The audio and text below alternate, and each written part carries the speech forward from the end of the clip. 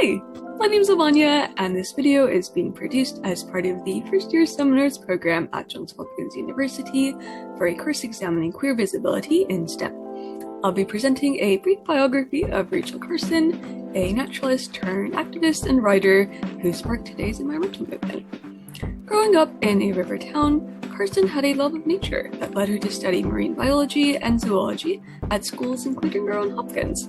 She started her career in the Bureau of Fisheries, but eventually pivoted into science writing, publishing a series of novels meant to spread her wonder of the natural world and underscore the powers human had to change it.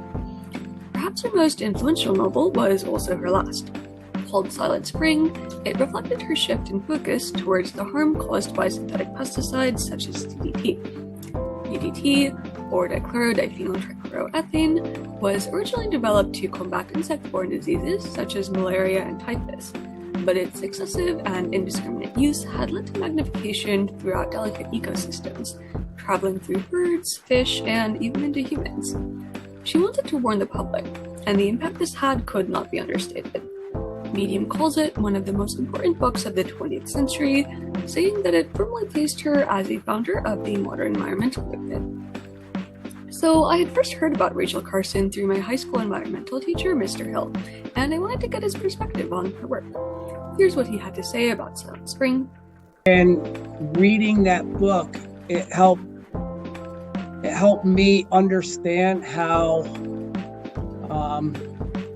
that evolution of environmental awareness started to come about. And I feel that she was one of the pioneers of that.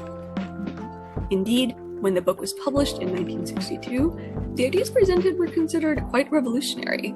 Interactions between humans and the environment were just not viewed as significant. People weren't as aware. Mm-hmm. People didn't question. People accepted, were more accepting of what was happening, and it's just the way it was. And she didn't. She pushed back. And as she pushed back against the chemical industry, against the government, and against agricultural scientists, a lot of people pushed right back against her. She was attacked not just for her ideas, but for her identity. People criticized her for being a woman, calling her a spinster for not having children, and using that to chip away at her authority. Now, one aspect that she tried to keep hidden was her intimate life relationship with a woman named Dorothy Freeman, who she met in 1953. Multiple sources today say that she was a lesbian, but because homophobia was so widespread during her time, she worried that it would be another tool for her detractors. Carson destroyed most of her correspondence to Dorothy prior to her death in 1964, just 2 years after Silent Spring came out. A few of these letters made it out though. They're very cute if you want to read them.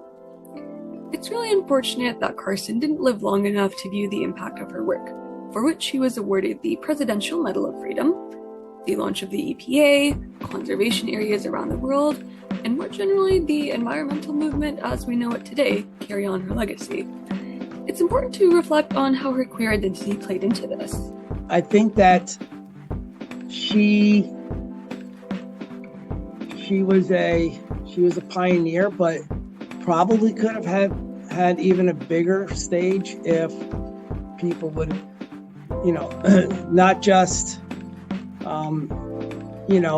because she was a lesbian, but because she was a woman. And I mean, well, it wasn't a white man that said that. So I don't know how valid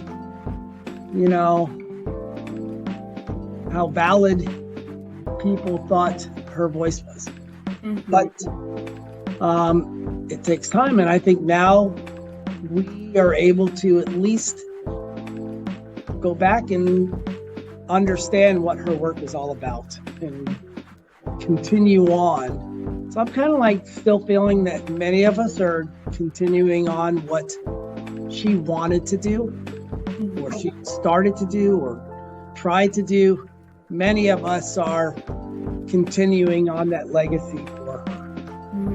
Do you feel like your work as an educator is influenced by that? I would say that's part of the motivation. She's one of the reasons that got me to start thinking about what impacts humans have had on our planet. And that I wanted to be an agent of change partially because of that. And so in Carson's story, we see someone who had a remarkable impact, but only in as much as she felt that she needed to hide who she was in order to make it possible. So much progress has been made since then, but there's still much work to be done.